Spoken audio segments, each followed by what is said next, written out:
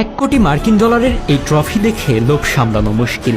এই দামের সোনা দিয়ে একজন ফুটবলারকে আগাগোড়া মুড়ি দেওয়া সম্ভব। তাই তো চোরেরা ওত পেতে থাকে একটা সুযোগের জন্য। এমনই এক সুযোগ পেয়ে সেটা কাজেও লাগিয়েছে তারা।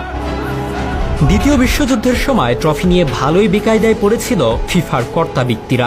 ফিফার তৎকালীন সহসভাপতি ওট্টারিও বারিসি যুদ্ধের পুরোটা সময় ট্রফি লুকিয়ে রেখেছিলেন তার বাড়ির জুতার বাক্সে।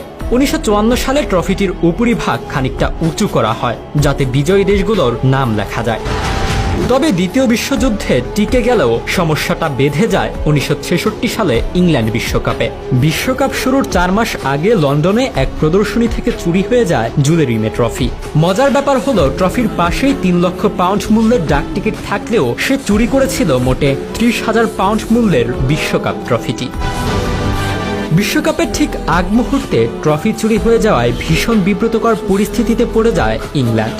একযোগে তদন্তে নামে স্কটল্যান্ড ইয়ার্ড এবং লন্ডন পুলিশ, কিন্তু কিছুতেই কুলকিনারা পাচ্ছিলেন না কিংবদন্তি সব গোয়েন্দারা। অবশেষে অন্ধকারে আলো ছোটার মতো করেই ট্রফি চুরির কয়েকদিন পর জ্যাকসন ছদ্মনামে এক চিঠি আসে। চিঠিতে দাবি করা হয় 15,000 পাউন্ডের বিনিময়ে ফেরত দেওয়া হবে বিশ্বকাপ ট্রফি। ঠিক করা হয় 25শে মার্চ চেলসির স্টেডিয়াম স্ট্যানফোর্ড ব্রিজের সামনে টাকাটা পৌঁছে দিলেই কেবল দেখা মিলবে ট্রফির।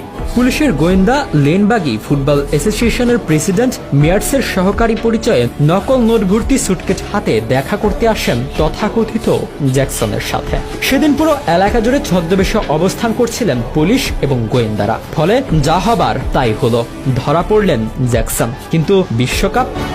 মজার ব্যাপার হলো জ্যাকসন আসলে ট্রফির হদিশ জানতেন না, এমনকি ট্রফি চোরের সহযোগী তো দূর, তাকে দেখেননি পর্যন্ত। তার আসল নাম এডওয়ার্ড বেসলি। জানান দ্য পল নামের এক ব্যক্তি 500 পাউন্ডের বিনিময়ে স্ট্যামফোর্ডের কাজটি করতে বলেন। বেসলির 2 বছরের জেল হলেও বিশ্বকাপ ট্রফি রয়ে যায় ধরা ছোঁয়ার বাইরেই।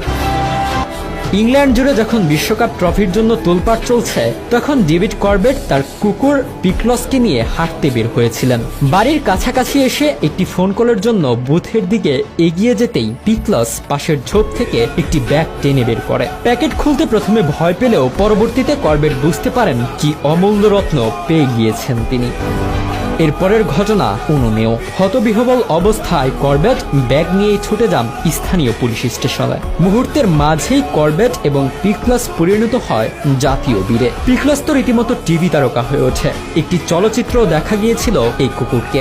পরবর্তীতে বিশ্বকাপ জিতে জুয়েল রিমের ট্রফি ইংল্যান্ডে রেখে দিয়েছিল ববি মুরেই দল।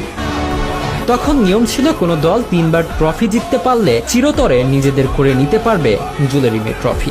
1970 সালে নিজেদের 3য় বিশ্বকাপ জিতে সেই শর্ত পূরণ করে ব্রাজিল এবং জুয়েল রিমে ট্রফি নিজেদের করে নেয়। কিন্তু 1983 সালে সিবিএফ এর অফিস থেকেই দ্বিতীয়বারের মতো চুরি হয়ে যায় জুয়েল রিমে ট্রফি।